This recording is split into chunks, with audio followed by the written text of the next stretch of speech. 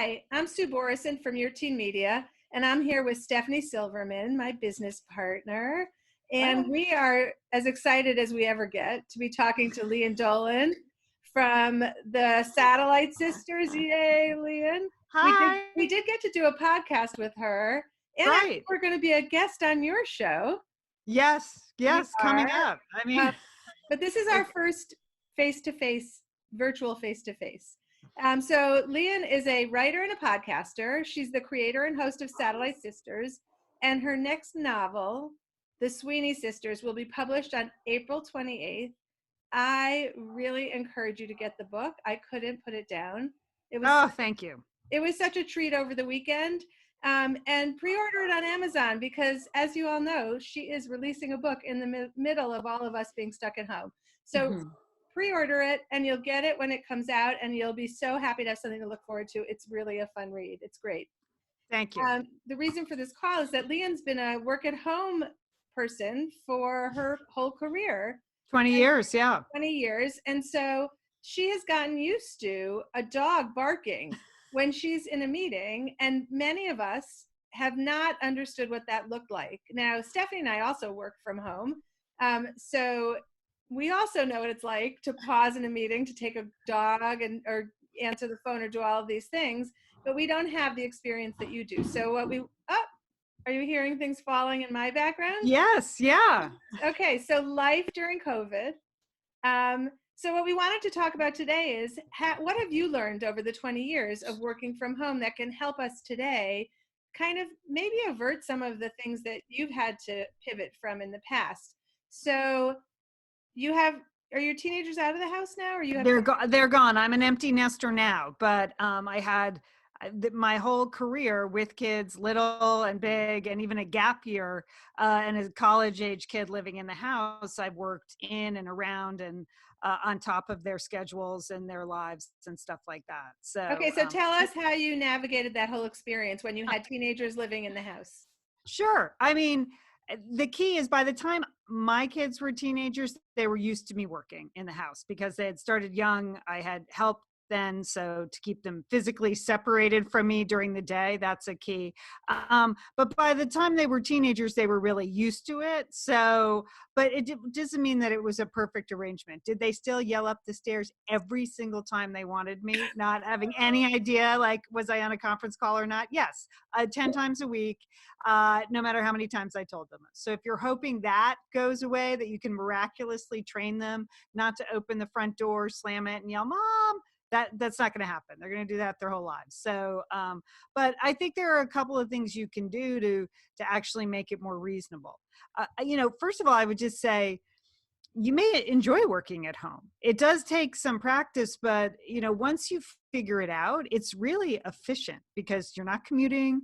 You're not even showering if you don't need to. There's no going for coffee. You don't have to go anywhere for lunch, which is like the biggest time suck. When I have to go to lunch with people, I'm like, oh, I don't want to go to lunch. I have to put pants on. It's just so.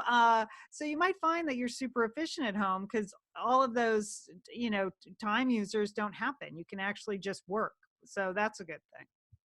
So what about you said about the kids yelling up the stairs, et cetera, Yeah. the inevitable interruptions. How did you manage it? Yeah, I mean, I tried to ask them not to, and there were some signs at the bottom of the door, but, I should have shut the door before this. Normally I would, but you just roll with it because it's going to happen. You apologize, you learn to mute your phone. That's a really, really key feature. If you haven't mastered that yet, I would, you do a lot of hand waving, like, don't come up the stairs, I'm on a call, that kind of thing, but I think now there are a lot of people working from home, but even in the last 5 years, a lot more people have started to telecommute. So they understand the barking dog. Just don't be super obnoxious about it, and don't make your interruption someone else's problem, is what I would say. Be respectful. Like, it happens, but, stop it from happening if you can, and use that mute button. Man, use it. So there's a certain amount of humanity that's being brought into our lives right now without, like, there was this kind of separation between church and state. Like, you lived at home, you had a dog, you had children, and then at work we were supposed to ignore that. So there's something kind of delightful about everyone just saying, like, gray hair, Right, looking like right. crap. The kids come running in. But when you started doing this, you didn't have the benefit, if we're going to call this a benefit, of like Right. an entire culture doing this, an entire Right. society doing this. So did you find yourself having to pivot occasionally? Well, I'm just thinking when you said that, of the 20 years that people have said to me, "Oh, I didn't know." They'll call me at 2 o'clock in the afternoon and say, "Oh, you're at home. I didn't know. Are you working?" I'm like, "Yes, I work from home." Like, it hasn't changed. Yep, I'm actively working from home. Like, it's just never failed that people would bring. Oh, I just didn't know. Are you working? Yep, middle of the day. That's what I do. So I'm super happy that you're all involved in that now. I'm so glad if I never have to hear that phrase again. Oh, do you work from home? One of the sort of the biggest disaster I had, or just it's ironic actually, is that by the time I was a teenager, my kids were teenagers. They were used to me recording in the closet upstairs. And one time during the summer, they were just on the couch downstairs watching TV. And I was locked in my closet, as we do in the podcast world. And the door handle broke off my closet door from the inside. And I'm wildly claustrophobic. So it's not like I have a giant closet. So I'm in the closet and I'm about to like tape with my sisters. I'm like, oh my gosh, I can't get the door open. I have some sort of tool in my closet. I'm sure it was like an eyebrow tweezer or something. So I start going at the door handle and I actually impale myself. So now I'm bleeding and hyperventilating and I'm pounding on the door for my sons to come upstairs. And they just sat on the couch. They completely ignored me pounding. So I ended up having to like text my sisters, like, could you call Brooks on his cell phone? I'm bleeding. I'm locked in the closet. I thought I was going to pass out. And he finally came up and like, oh, well, you told us never to come up here. So we didn't know what you were doing. I mean, You're like, except when I'm dying. I'm dying. Claustrophobic. Trapped. But yes, otherwise. Yeah. You finally learned, right? After the hundreds of times you've interrupted me. So that's an extreme case. I hope that doesn't happen to you. Now I literally never close that door when I'm in that closet recording. I never do that anymore, even though the doorknob is fixed. But that's an extreme case that I would have to pivot. What do you do about like scheduling breaks, or do you schedule breaks for yourself? What does that look like? You know what? I have found I am super efficient and super scheduled and super compartmentalized at home. I mean, that's the real story. That's how I make it work. I always work when the house is quiet. So I get up. I'm an early riser anyway. That helps. But when you work at home and you know the kids are going to be up at 7, 8 o'clock, things are going to get rolling. I do a lot of work between 5 and 7 in the morning.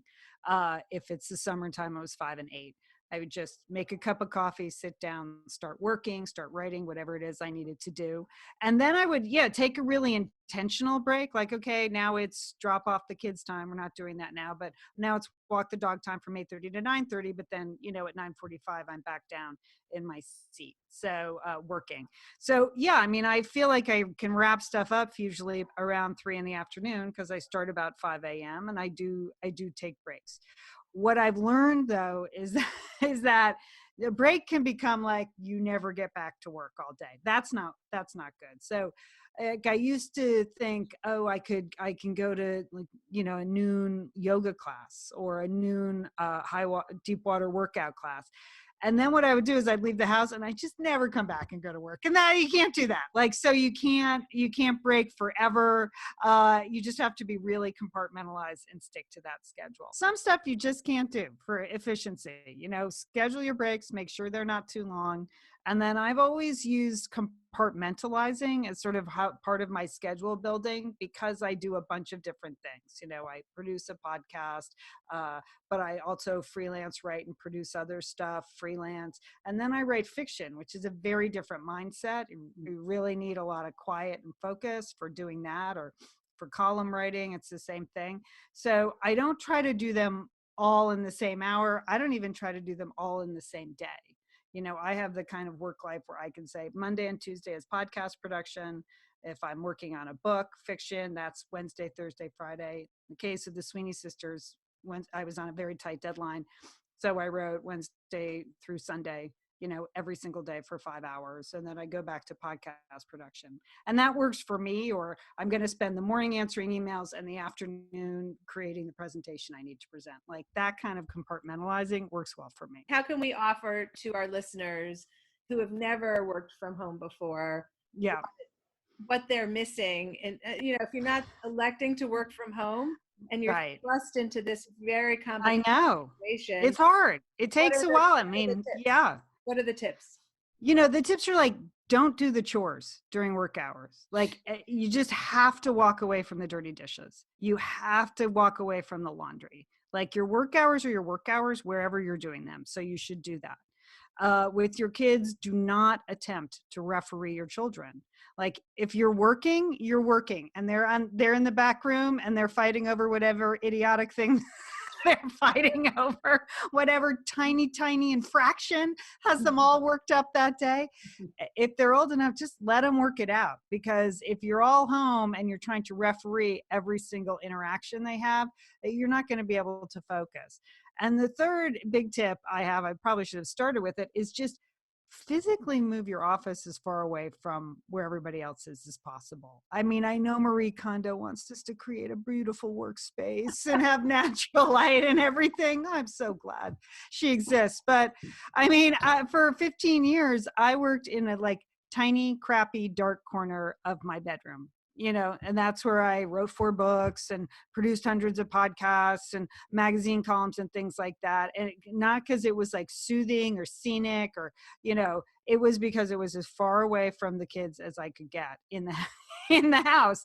Because you were social distancing before it was actually I was before it was cool. But no, I mean, that physical distance, sometimes it just allows you to get the work done that you need to get done. And the same for the kids. It's so important right now because people have their kids home and their kids have nothing to do. And so getting away physically is probably the most, I don't even just think about my kids, even my spouse. Like we all have found odd nooks and crannies in the house to create a separate space to get work done. Right. The other thing by doing it is that you're away from the kitchen. Yes. Okay. Should we talk snacking? Yes. Should we talk? All right. So let's in the same way, like the compartmentalize. Do you just not go to the refrigerator? What does that look like? Okay. So, I mean, this is a battle I fight every day. So I'm not sure I have any award-winning tips that are going to make snacking a thing of the past. That's not me. Some of the stuff is super basic because yes, you will start eating lunch at 10:15 in the morning. You're like, this seems like a good time to eat the leftovers from last night, an hour after breakfast, and then by 3 o'clock, you're like, is it dinner? What time are we? What's happening? So, I am a big believer, if you don't want to eat it, don't have it in the house. I absolutely have thrown things away in the middle of the day that I just can't be around. It's like we unearthed this package of cookies that we had in the freezer the other night, and I knew they were in there. And it was just eating at me. And finally I'm like, I'm just throwing them away. I can't take it, So, so don't buy it if you don't want it in the house. And then the other thing, which you can do, because you can go for a walk, like my danger zone is 4 to 6. Generally work is kind of wrapped up by then because I started I just leave the house. That's the only way I cannot eat the cheese and crackers. This is to physically be away from the cheese and crackers. So, I don't know if those are dietary tested nutrition expert tips, but don't buy it, walk away. And those are tips that they give. Those are tips. And also, and one of the things that we've been seeing a lot of is people are very funny right now. And one of the things is I had a great day. I'm just not sure how many lunches I had. Right. Yes, it's true. Because they start at 10:15 and they carry on. And so anytime you can avoid walking through the kitchen is good. The other trick I use is just a lot of hot herbal tea. And that happens with me when I'm writing and I'm struggling with something, like I'm working on a section that's just not working, I'll just wander into the kitchen and it's either a handful of pretzels or I'll just get another cup of hot tea. So I end up drinking about 28,000 cups of hot tea a day some days. But do you think snacking do you think it's easier now that your kids are gone? With the kids, you're always preparing snacks and meals. Do you feel like it's more in your control? Yes. For better or for worse, let me be clear. For better, yeah. No, I mean, the good news is like, I just don't have, I had 2 boys that ate a tremendous amount of food. So, as boys do. And I just don't even have the volume of food in the house anymore. And there's stuff I would have bought for them, ice cream and things like that, that I just don't, I don't buy anymore.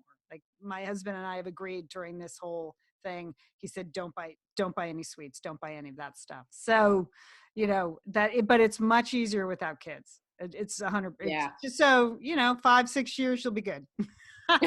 It's true that they come home. I have a bunch of them home right now, and the amount of shit that's leaving my house food wise, like Jen and I were saying, we had only had 6 months of empty nesting, and our eating habits became adult again. Right. It's great. And now, like at the end of dinner, someone opens up a bag of chips, and it's like, that's someone in my house is often Todd. Like, I needed some crunchy. I'm like, oh my God, seriously, hon? Yeah. So one question you alluded to earlier is putting on your pants to go out to lunch. Do you get dressed every day when you work from home? Oh yeah. I mean, maybe not. I have every shape and configuration and material of sort of black pants that you can find. Most of them don't have zippers and buttons and things like that. So I have a full wardrobe of black joggers, black yoga pants, black this, black that. I like to keep them fresh. So if I have to interact with the UPS man, it's not a complete humiliating experience. But yeah, I definitely, one thing, I'm not a morning shower person, but I do put in my contact lenses. That to me is a sign like time to get up. So I put in my contact lenses, and then I put on some okay pants and like a fresh high value sweatshirt, like your Banana Republic as opposed to your Gap. I go up a notch now, and that's what you learn, right? It's all the same clothing. It's just slightly higher fabric grade, and I feel like, okay, I can do that. So I do that. Yeah, I'll put on moisturizer and earrings. Ooh, really going for it. Moisturizer. I don't think it helps your productivity if you literally stay in pajamas all day.